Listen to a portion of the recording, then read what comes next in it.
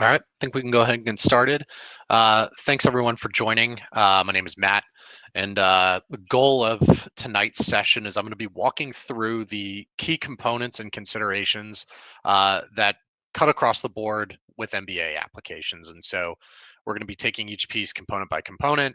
We're going to talk a little bit about timelines. I'm going to give you some general best practices and tips when thinking about your application as a whole in each of the individual components. And then I'll leave a little bit of time at the end, hopefully for questions if we have it. Um, if you all do have any questions at any point throughout the presentation, I recommend you drop them in the chat. I'll try and address them at the end when we get to that time. So before we get started, make sure if you are interested in continuing to stay in the loop for all things Leland, whether it's future events, offers, and any other resources, make sure to hit a scan here of the QR code. And it sounds like most of you are hopefully signed up, but make sure to do so if you haven't done so already. All right, so just to get a little bit out of the way in terms of introductions, my name is Matt, um, based in the Washington, D.C. area. Went to William and Mary for my undergraduate education, where I was a history major. So for anybody else, I was a liberal arts or humanities major. You too can find success by getting an MBA and afterwards. Then went on to UVA, got my master's of science in commerce immediately following graduation. Um, and then got my MBA at Darden, from which I graduated in 2022. My background is primarily in consulting. I've worked in the federal space as well as particularly in the healthcare industry as well. Um, right now, I work for a large managed care organization in the behavioral health space, working on any number of strategic and operational initiatives. So, get to apply a lot of my consulting skill set in more of an internal facing capacity. Um, outside of work, you might find me playing drums in a local cover band in the DC area, and in particular what I enjoy, which is doing events like this, providing one-on-one coaching and advice for folks such as yourselves that are about to go through the MBA admissions process or are midway through the admissions process entirely. If you are interested in looking for some of that one-on-one coaching and advice, feel free to check out the QR code there on the slide. That's my personal QR code. Happy to set up a initial 15-minute one-on-one conversation to see where I can best help meet your needs and get you situated wherever you are in the process. All right, let's get into it. So, I want to touch on a few things to consider before you begin uh, diving into the application pieces head first. Um, and I say that because there are a lot of folks who feel like they just need to apply to business school because it's something they're supposed to do, and perhaps don't consider, I think, a few key questions. The first is arguably the most important that you can see on the screen here, and it's why an MBA. Never mind that just about every essay that's required in every application will ask you this very same question, and to get in, you should have a good answer for it. But it is a big decision, and it's something to consider. Why does it make sense for you to pursue an MBA? And I'd say just as importantly, why now at this point in your career is it the right choice to make? Um, is it going to be necessary for you to meet your short and long term goals? If that's the case, what are your short and long term goals? Um, why does it make sense that, given the accumulated experience that you've gained such far in your respective career, that to get to where you want to go, this is the next logical path? Does it make sense to do it from a full-time perspective if you're thinking of something more like a career pivot? Or is it something you'd like to get to continue to level up in your organization, in which case you might want to consider options such as the part-time or executive route? But thinking about that why and being able to answer it critically and specifically is going to not only help you gain the necessary clarity on your applications in general, but it's also going to make your application stronger. I think with a strong foundation of a why, that's going to carry through to your essays, to your resume, to the interviews. It's going to influence your letters of recommendation, all sorts of benefits that come from being able to answer that question specifically. The next is to think about which test you should take. You know, historically, the GMAT was the gold standard. I think in some respects today it still is, but there is the benefit, or there are the benefits rather, of more options. Whether it's the GMAT, the GRE, if you're considering more dual degree programs, things like the LSAT, the MCAT. I myself took the GRE. And I would say, to help answer that question, it's whatever you're most comfortable with. I recommend generally taking a look at both options, try a little bit of GMAT prep, maybe a couple practice tests, try a GRE, little bit of prep, a little bit of practice tests, whichever is going to get you the best chance or the best chance of getting the best score is the option I would recommend. And standardized tests could be, for some folks, it's not an issue. For some, it requires a lot of preparation. I was one of those folks that needed the time to prepare, and I personally found the GRE to be a better fit. A lot of folks find the GMAT to be a better fit. It's really up to your preference, but recommend exploring which one and which option is going to help you get ideally the best score. Um, Third question, just as critical: is this financially feasible? Um, particularly from a full-time route, business school is a significant investment. Is it one you're prepared to make, whether it's, using cash on hand or parents or family members or whatever the case may be, or is it considering taking out loans? What does that look like? What are the financial aid options available at your prospective universities? What is the cost of a full-time MBA versus an executive versus a part-time or deferred? Considering the potential financial impact and ramifications is also going to be important. When looking at schools, assessing whether there are merit-based scholarships or second-year scholarships can also influence that decision, but also critical to be able to answer. Um, the last is the timeline. So, and we'll get into this on the next slide a little bit, but there are really kind of three major application timelines throughout the year. Some schools have 4 periods, some just have 3. It sort of varies, but generally speaking, there are 3. So understanding where you are in that timeline and how strong your application is relative to that timeline um, should be a question you should be able to ask of yourself and articulate. Are you in a position where you think you can go round one and have a quality application to submit then, or would it benefit to wait perhaps until around 2 to get that much stronger of an application? Those are going to be some of the things you'll want to consider. So let's talk a little bit about timelines. So I've got a few up on here for reference. Again, the deadlines and the exact timeframes might vary from school to school, but generally speaking, you'll have an early action round with an early September deadline and then a relatively quick turnaround in October. Round one, typically early October, final decision by December. Round two is January to March, and then round three is around March and April into May. Sometimes that there's a round four that follows around that same time frame, depending on the school. Um, I generally recommend the sweet spot being around one, round two. And I say that for a few reasons. In terms of scholarship money for a lot of schools, there might be potentially more funding available in those earlier rounds rather than later rounds as class sizes start to fill up. That could be a consideration. um, as schools are trying to put together the makeup of their student bodies and making sure they've got a lot of adequate and appropriate representation from different career paths, experiences, etc. um, if you're in kind of the consulting like finance world, sorry about that, a little bit of noise in the background. If you're coming from maybe one of the more traditional career paths where there's maybe um, more room to kind of fit in, that might benefit a round one versus you get to round two, round three, where there's probably less room available, or maybe not as much as there might be in that round one. So I like to think round one, round two is kind of the sweet spot to apply if you've got a strong application. There are certainly folks that get in the round threes, but still recommend round one, round two if you can. But the general recommendation I will make is only submit an application when you have your strongest application.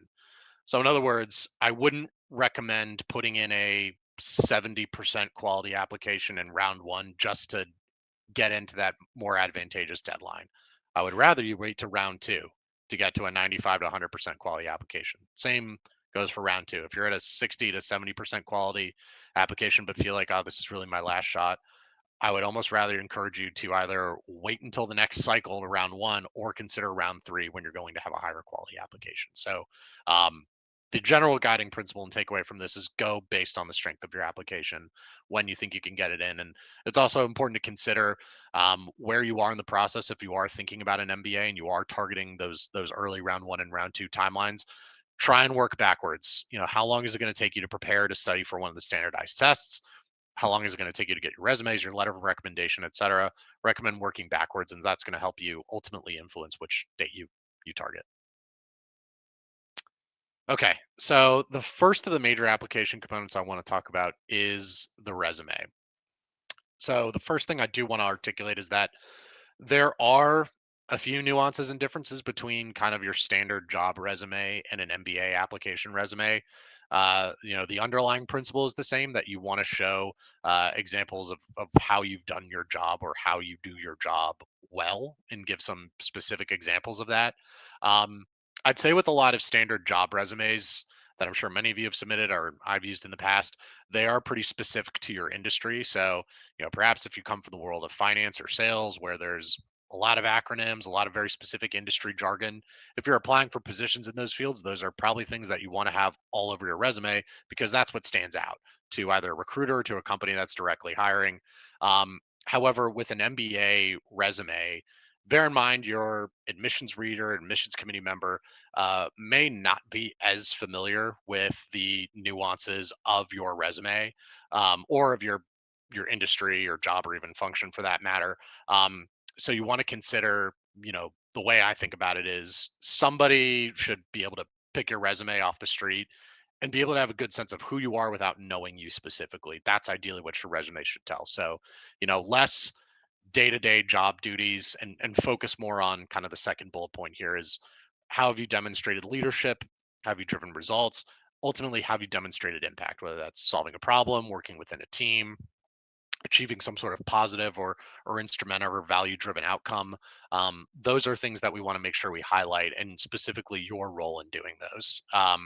A popular method that's used to kind of get to that is the STAR method, or the STAR formula, which, for those of you who are not familiar, it stands for situation, task, action, and result. um, I don't know that I recommend going exactly by letter of the law with that, but I think it's a good way to think about structuring your bullet points. Is, are you giving context to the example that you're trying to articulate? Are you providing specific detail of the actions you took? And are you demonstrating that what you did mattered? Um, a good way to test this is, for each one of your bullet points, you should be able to answer the question, so what? I should be able to look at every bullet point on your resume and say, okay, I know why this mattered. But if I'm still left going, okay, so what? Then there's probably room for improvement. So, some of the things you want to consider there. Next week, I actually will be doing another event focused even more specifically on the resume. We're going to go through some things that I would highlight as best practices of things to include on a resume, some things that I see a lot of that probably shouldn't go on there. So if you are interested in getting more of a deeper dive into the resume, I will have an event on that next week.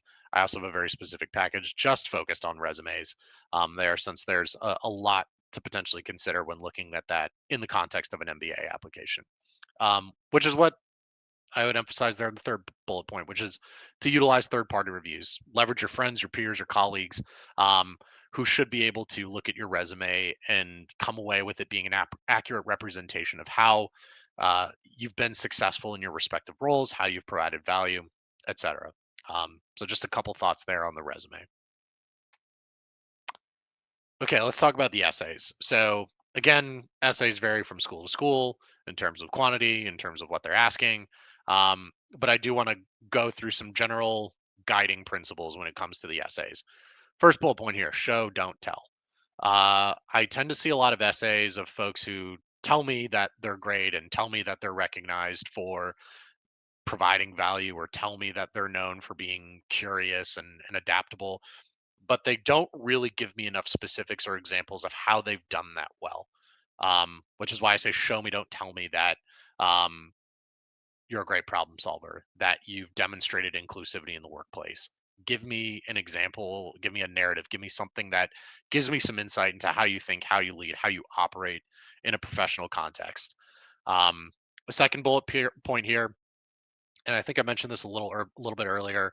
Pretty much every school is going to ask you some variation of what are your goals, and specifically what are your short-term goals and long-term goals post MBA. Short term, we're generally talking about 2 to 3 years post MBA. Long term is about 5 to 10. Uh, the key here is specificity. Um, I see a lot of essays, and I've read some in the past, where folks say, post MBA, they want to go work in consulting and then eventually they want to start their own company. But there's not a lot of specificity there. If you want to go into consulting, what type of consulting? With what type of firm? In what type of city? In what type of function? Some schools will even ask you to provide that level of granularity. To just say, I want to go work in tech consulting and work with lots of large companies and solving interesting problems, then eventually start my own tech consultancy. it's a little bit hard for an admissions reader to come away thinking, is this person put in a lot of thought into how an MBA is going to help them do that versus I want to go to BCG and I want to work in the Dallas office and I want to work on oil and gas projects because of my experience doing yada, yada, yada, and because of my interest in the space, et cetera, et cetera. That level of specificity is what ultimately you want to be striving for. And ideally, the long term goals should build off of the short term goals post MBA, your MBA, and your experience before that. The whole narrative should be relatively consistent and make sense. Um, if you're talking about a short term goal of, I want to work in tech short term and then long term, I eventually want to pivot into finance, that might be a little bit more of a confusing narrative to justify versus, a short term goal that naturally builds off the degree you're pursuing, your prior experience or interest, and then eventually a long term goal that kind of makes sense coming off of that. But the overall key is specificity. The third point I'll mention is to do your program specific research.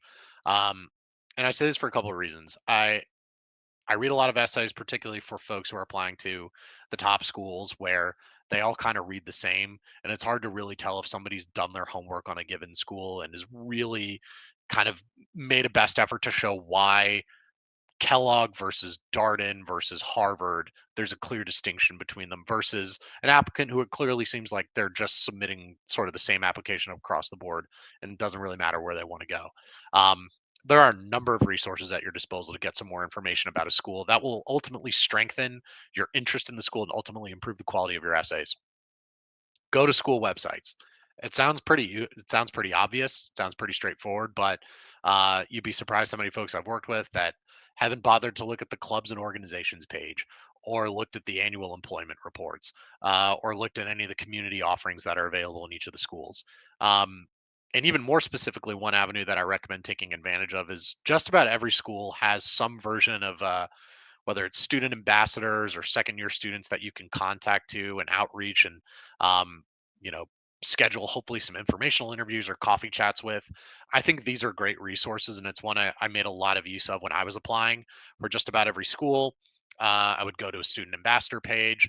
You can filter based on um, industry preference. So if you wanted to find students that were going into consulting or going into finance or going into marketing, you can look at their profiles. Maybe some of them have similar backgrounds to yours. I was able to find a few that did, and was able to send some cold emails or cold LinkedIn outreaches from there to say, hey, I noticed your profile.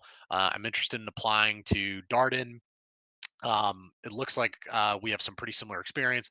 I'd love to get 15 to 30 minutes of your time just to ask you some questions about your experience so far at Darden, what you've gotten out of the program, and um, how would you kind of evaluate your overall experience and how they've helped you get to where you're going afterwards. It was through those conversations that I was able to maybe gain some more behind the scenes understanding of the schools. It ultimately informed the quality of my essays, where I was able to bring in some firsthand knowledge and some primary research and opinions and perspectives uh, that was able to show that I'd done my homework and I'd showed a demonstrated interest in the school. So can't recommend enough trying to take advantage of opportunities such as program specific research. Um, the last aspect I'll mention when it comes to the essays is with just about every application, you'll see like an optional essay. And I admit for a lot of them, I think the wording is sometimes a little too vague, but it's usually something to the effect of like, if there's anything else that you think admissions should know about, you use this 500 character prompt to tell us something. I would not advise that as a recommendation to just submit another essay.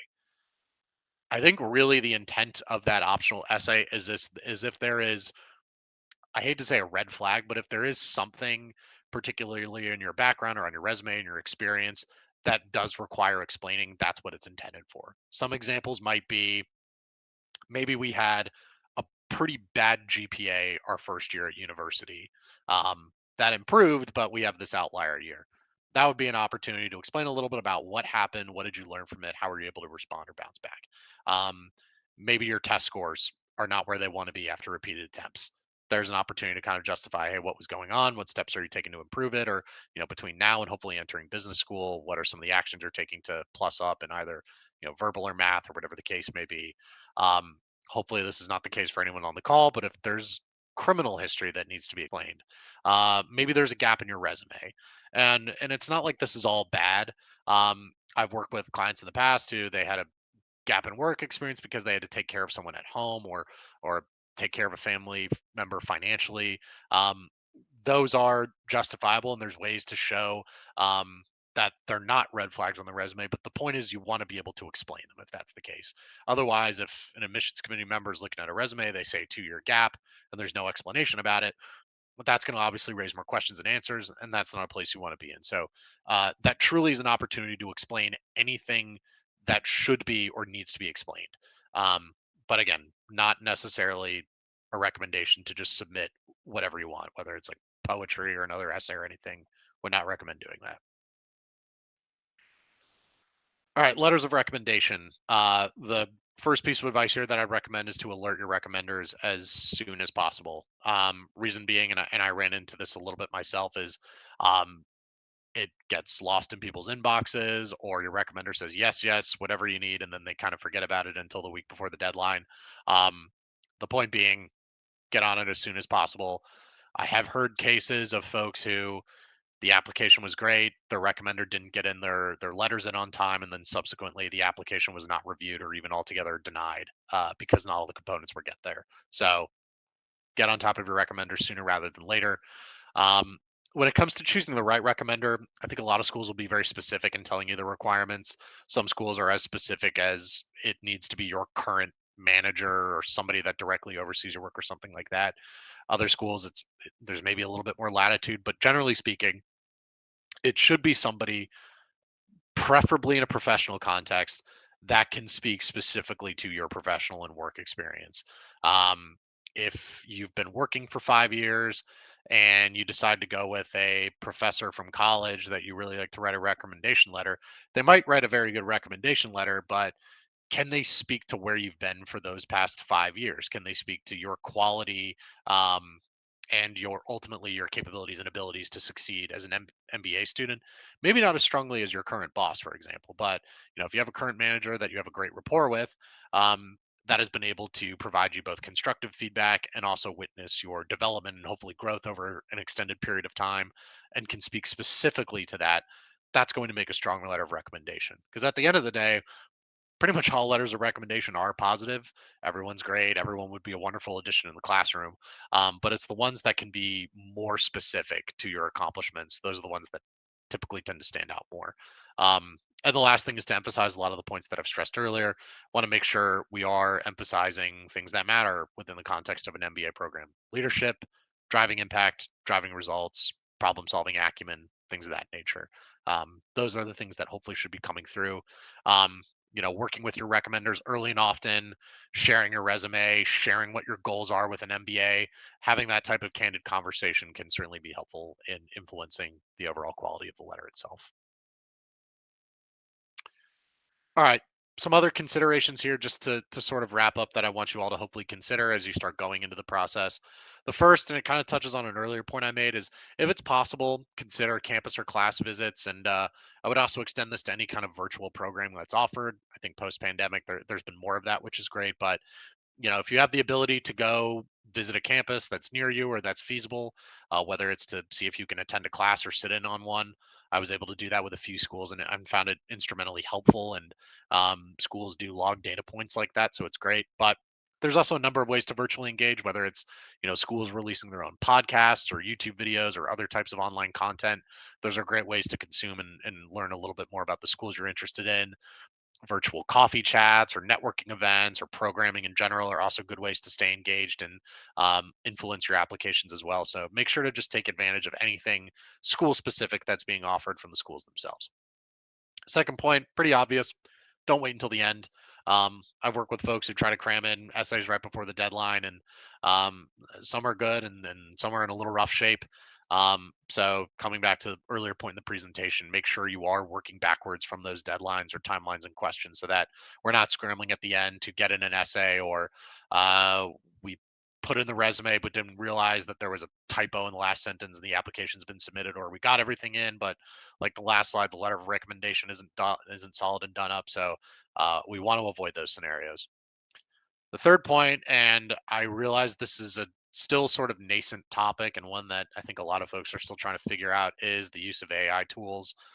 My general best practice when it comes to essays and resume writing or anything like that is to just avoid avoid any AI tools altogether, whether it's a chat GPT or anything like else. I know folks have question about what if I use one for just to get word count or just to synthesize.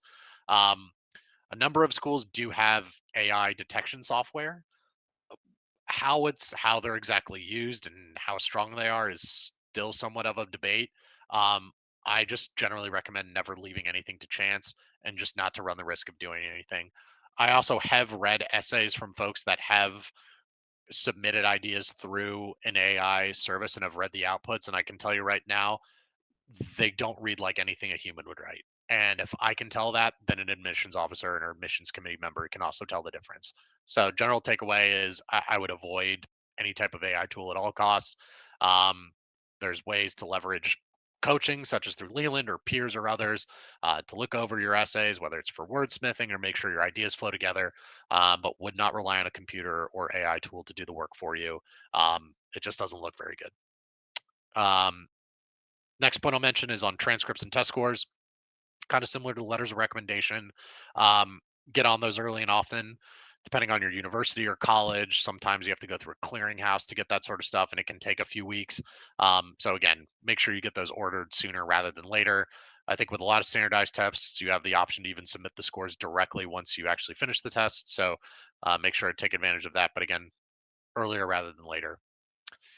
Um, the last piece I'll mention again before you start applying, uh, take a look at any financial aid opportunities, scholarships, or any other program specific application components. This kind of comes back to the earlier point about not waiting until the end. Sometimes when you get into an application, you might realize that there's an additional essay for a specific type of scholarship program for a school or a specific type of merit based scholarship or financial aid opportunity. We don't want to be discovering that the night we're planning on hitting submit. We want to make sure we're doing our due diligence, and if that applies to us, um, again, making sure we're following the right process, whether it's writing an essay or doing any other type of due diligence. Point is, do a lot of that work up front and in advance, so it's not a surprise at the end. All right. So that's it for the formal presentation. I know we got a bit of time left. Um, I'll go ahead and just open up the floor for Q&A. So if anybody has any questions, you want to drop them in the chat, feel free to do so. I'll probably stick around for another 5 minutes or so. But if folks don't have anything and want to drop off, thank you all for attending the session. Appreciate your time. I believe this recording will be made available. And as always, if you are interested in more targeted coaching one-on-one for anywhere, um, depending on where you are in the MBA admissions process, feel free to schedule some time with me, um, and we can see where I might best assist. All right, question from Kyle, a little bit more on how to brief recommenders. Um, so I think there's a couple ways to approach that. If you're asking about um, telling your recommender you're applying to business school, um, I guess let me clarify. Are you asking about telling, like asking your recommender if they'll write a letter of recommendation or giving them the material to write a good quality letter of recommendation? Can you be a bit more specific? Okay, the material. Um, I'd always say a good starting point is your resume. It's a good way to sit down and say, particularly if it's your current job, here are the 5 bullet points that I've taken away from my experience. I've worked on 3 projects with you. Here's generally how I perceived my role in these. Here's I think what I did really well. Here was some maybe great constructive feedback that you, the recommender, gave me throughout the process. Um, you know, and I think the first point there is to look for alignment. Was your recollection and assessment of the experience the same thing with your recommender? So that's point number one, is to use your resume as kind of a guiding point. The second point I would mention, and I think I mentioned this a little bit earlier, is to articulate what your short and long term goals are with your recommender. So make sure they have a good understanding of why are you pursuing an MBA at this point in time. What are you hoping to do with it 2 to 3 post years? Maybe, depending on the company, it might be to come back, but with a different skill set and different, different knowledge gained from an MBA. Maybe it's you want to make a pivot to a different industry, but you want to leverage the experience and abilities that you've gained in your current role and current job experience. In which other case, your recommender would have a lot more insight and context to write a stronger recommendation. If they know you want to make a pivot to something different, um, they can make sure to highlight in their recommendation some of the skills that would be appropriate to that position. That's something you can collaborate on together. So I'd say, yeah, the 2 main points of emphasis there are using the resume to help brief and guide them, um, and making sure you're talking through what your short and long term goals are. No problem. Thank you, Kyle. Any other questions from the group?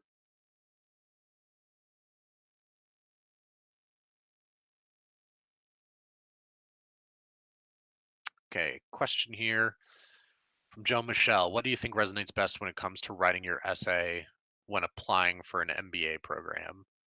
Um, that's a fairly broad question, so I'll try to answer it as best as I think I can because it depends on the question. Um, or it depends on, yeah, depends on the essay application question. But I think, To clarify, like, and when it comes to answering the question of like, why do you want an MBA? I mean, people have like their own reasons, but do you think that some maybe points stick better than others? Or do you think that maybe some are kind of like, do they come off like selfish, like, oh, why do you want to go to the MBA program? I've heard of some people they want to do it because they want to increase their earning potential, like just as an example. yeah. So any kind of thoughts around that? Yeah, no, I appreciate the context. Thanks for clarifying. Yeah, if it comes to something like specific, like earning potential, I'd say that's already an implicit reason to go get an MBA. So I wouldn't recommend specifically calling that out. But I think to put a finer point on your question of what ultimately resonates, it's the level of specificity I think you're able to articulate, whether it's in your short and long term goals. If an essay is acting about a particular experience you've had, whether it's like working within a team or demonstrating leadership or creating an inclusive environment, um, being able to paint a pretty clear and specific picture is ultimately going to resonate more. And I think I gave the earlier example. So, like, let's take goals for example. If a school is asking you, Joan, Michelle, what are your what do you hope to do 2 to 3 years post MBA? And you say like, well, I've always really wanted to go into consulting, so like I really want to go into consulting. Probably not a super compelling answer, but if it's, hey, given my current experience in this industry, I feel like it naturally makes sense for me to pivot to consulting. The best way for me to do that is to combine my current experience with an MBA to go in then this specific or particular service line. Like the more specificity you can give to that short or long term goal, um, not only is admissions, I think, can have a better understanding and more clarity on what you want, but I also think on from your perspective, it's a good chance to sort of sanity check, do your goals make sense? And one way to start is to look at annual reports for schools, like where do they tend to send their graduates? Like if you pick um, let's say you pick like a really specific career path like product management and you go to a school that maybe doesn't have a super strong tech presence, then like there might be maybe a little bit more of a misalignment between your goals and how beneficial the school might be in helping you get there, which is ultimately what schools care about. They want to make sure your goals are achievable and that they can help you get there, versus if you've really done your homework on a school and you're targeting a company, an industry, a function that the school or program does have a demonstrated track record of success in getting applicants to. um, that level of specificity will show that you've done your homework and you've also put some intentional thinking behind your application. You're not just thinking about, I think, some of the things you mentioned, like I want to increase my earning potential, like I want to go back to school, I just want to like take a break from like my current job or professional experience. Those are probably not as strong than showing some thought and some intention and some homework and what it is that you actually want to do with the degree. Um, and that's where I think having conversations with current students and student ambassadors, like I mentioned earlier, can be helpful, particularly if you can find ones that might have similar background or experience to yours. That might help you get a little bit more clarity on how to think about getting that level of specificity within your essays. So hopefully that helps. Okay, Kyle, let's see. When do the prompts get posted out for us to get a jump start in the applications? Um, I think it depends. So if you're thinking about a round one application cycle for, you know, fall of 2025, I think they're usually up sometime in the early summer is when they change the application questions. Uh, don't hold me to this, but generally speaking, I don't think there's a ton of variation year over year. So if you haven't even started the process now and you're thinking about round one, it probably doesn't hurt to look at what the current year's prompts are. But generally speaking, it's around early summer-ish when, early to midsummer when the prompts for the upcoming application cycle get posted. Awesome. Thank you. Yep. Any other questions from the group?